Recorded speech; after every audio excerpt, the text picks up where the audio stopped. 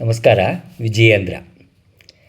ಗಿಡದಲ್ಲಿ ಅರಳಿರುವ ಬಗೆ ಬಗೆಯ ಹೂವುಗಳನ್ನು ಕಂಡಾಗ ಯಾವ ರೀತಿಯ ಮನಸ್ಥಿತಿಯನ್ನು ಹೊಂದಿರತಕ್ಕಂಥ ಜನ ಇರ್ತಾರೆ, ಅವರು ಯಾವ ರೀತಿಯಲ್ಲಿ ವಿಭಿನ್ನವಾಗಿ ಆ ಹೂವನ್ನು ನೋಡಿ ಯೋಚನೆ ಮಾಡ್ಬೋದು ಅನ್ನುವುದನ್ನು DVG ಇಲ್ಲಿ ಗುರುತು ಹಚ್ಚುತ್ತಾರೆ.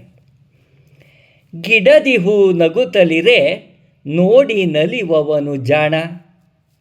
ಆ ಗಿಡದಲ್ಲಿ ಆಗತಾನೇ ಅರಳಿದ ಹೂ ನಗುವನ್ನು ಸೂಸ್ತಾ ಇದೆ. ಅದನ್ನು ನೋಡಿದ್ರೆ ಇವನಿಗೆ ತುಂಬ ಸಂತೋಷ ಆಗುತ್ತೆ. ಕೆಲವ್ರ ಮನೇಲಿ ನೀವು ಗಮನಿಸಿರ್ಬೋದು, ಗಿಡದಲ್ಲಿ ಹೂ ಕೀಳೋದಿಲ್ಲ, ಅದನ್ನು ನೋಡಿ ಸಂತೋಷ ಪಡ್ತಾರೆ. ಅದೇ ಹೂವನ್ನು ಗುಡಿಗದನು ಕೊಂಡೊಯ್ಯುವನೆನ್ನುವನು ಬಕುತ. ಹೂವನ್ನೆಲ್ಲ ಕಿತ್ತು ಮಾಲೆ ಮಾಡಿ ಅದನ್ನು ದೇವರಿಗೆ ಸಮರ್ಪಣೆ ಮಾಡಬೇಕು ಅನ್ನುವ ಅತ್ಯಾಸೆಯಿಂದ ಅದನ್ನು ತೆಗೆದುಕೊಂಡು ಹೋಗ್ತಾನಲ್ಲ, ಅವನು ಬಕುತ. ಇನ್ನು ಆ ಹೂವನ್ನೇ ಮಡದಿ ಮಕ್ಕಳ ಮುಡಿಗದೆನ್ನುವನು ಸಂಸಾರಿ.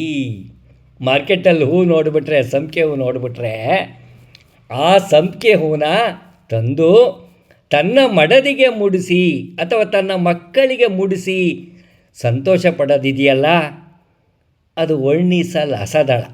ಆ ಒಂದು ಸಂತೋಷ ಬಹುಶಃ ಎಲ್ಲ ಸಂಸಾರಿಗಳು ಅನುಭವಿಸಿರ್ತಾರೆ. ಆ ಸಂತೋಷವ ಸಂಸಾರಿ, ಅವನು ಆ ಸಂತೋಷ ಪಡೋನು ಸಂಸಾರಿ. ಇಲ್ಲೊಂದು ಪದ ಇದೆ, ಮುಂದಿನ ಪದ ಸಡಲ ದೆದೆಯವನಾರು. ಇವು ಮೂರರಲ್ಲಿ ಸಡಲ ದೆದೆಯವನು, ಇವು ಮಾಡೋದ್ರಲ್ಲಿ ಸಡಲ ದೆದೆಯವನು ಯಾರು? ಈ ಒಂದು ಸಾಲು ಅರ್ಥವಾಗಲಿಲ್ಲ. ಚಿಂತಕರಾದ ಭಕ್ತಪ್ರಸಾದ್ ಅವರ ಬಳಿ ಕೇಳಲಾಗಿ ಸಡಲದೆದೆ ಅನ್ನೋದಕ್ಕೆ ಆ ಪದ ವಿಭಜನೆ ಮಾಡಿ ಹೇಳಿದ್ದಾರೆ. ಇದು DVG ಅವರ ಒಂದು ವಾಕ್ಯ ಚಾತುರ್ಯವನ್ನು ಕೂಡ ಇಲ್ಲಿ ಗಮನಿಸಬಹುದು. ಸಡಲ ಪ್ಲಸ್ ಎದೆ ಯನಾರು ಅಂತ ವಿಭಾಗ ಮಾಡಿಕೊಂಡಾಗ ಗಟ್ಟಿ ಮನಸ್ಸಿನವನಾರು ಅನ್ನೋ ಪ್ರಶ್ನೆ ಬರುತ್ತೆ. ಇಲ್ಲಿ ಮೇಲ್ಗಡೆ ಜಾಣ ಅನ್ನುವ ಪದವನ್ನು ಹೇಳಿರೋದ್ರಿಂದ ಇಲ್ಲಿ ಯಾರು? ಅವರವರ ದೃಷ್ಟಿಕೋನದಲ್ಲಿ ಅದೆಲ್ಲವೂ ಅವರವರಿಗೆ ಸರಿ. ಗಿಡದಲ್ಲಿ ಹೂ ಬಿಟ್ಟಾಗ ನೋಡಿ ನಗುವ ಲಕ್ಷಣ ಇರ್ತಕ್ಕಂಥವುದು ಅದು ಸರಿ. ಭಕ್ತ ದೇವಸ್ಥಾನಕ್ಕೆ ಹೂ ತೆಗೆದುಕೊಂಡು ಹೋಗುವುದೂ ಸರಿ. ಮಡದಿ ಮಕ್ಕಳ ಮುಡಿಗೇರಿಸುವ ಸಂತೋಷ ಪಡ್ತಕ್ಕಂಥ ಸಂಸಾರಿಯ ಇದು ಸರಿ ಅನಿಸುತ್ತೆ ನಮಗೆ.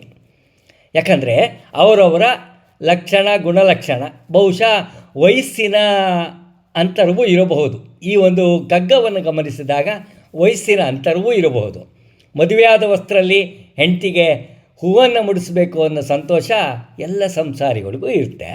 ಅದೇ ರೀತಿ ವಯಸ್ಸಾದಂತೆ ಇದನ್ನು ತೊಗೊಂಡೋಗಿ ದೇವಸ್ಥಾನಕ್ಕೆ ಅರ್ಪಿಸಿ ಏನಾರು ನನ್ನ ಮಡದಿ ಮಕ್ಕಳಿಗೆ ನನ್ನ ಮೊಮ್ಮಕ್ಕಳಿಗೆ ಒಳ್ಳೆಯದಾಗಲಿ ಅಂತ ಕೇಳ್ಕೋಬೇಕು ಅನ್ನೋ ಆಸೆ ವಯಸ್ಸಾದ ಮೇಲೂ ಬರ್ಬೋದು. ಇನ್ನೂ ತೀರಾ ವಯಸ್ಸಾದಾಗ ಗಿಡದಲ್ಲಿ ಹೂವನ್ನು ನೋಡಿದಾಗ ತುಂಬ ಸಂತೋಷವೂ ಆಗ್ಬೋದು. ಇವೆಲ್ಲವೂ ಕೂಡ ಆ ಮನುಷ್ಯನ ಮನಸ್ಥಿತಿಯನ್ನು ಅಳವಡಿಸಿಕೊಂಡಿದೆ ಅನ್ನೋದರಲ್ಲಿ ತಪ್ಪಾಗಲಾರ್ದು. DVG ಅವರ ಈ ಸಡಲದೆದೆಯವನಾರು ಅನ್ನುವ ಬಗ್ಗೆ ಇನ್ನೂ ಚಿಂತನೆ ಮಾಡಬೇಕಾಗಿದೆ. ನಮಸ್ಕಾರ. ಮತ್ತೆ ನಾಳೆ ಇನ್ನೊಂದು ಮರುಳ ಮುನಿಯನ ಕಗ್ಗದೊಂದಿಗೆ ಮತ್ತೆ ಭೇಟಿಯಾಗೋಣ.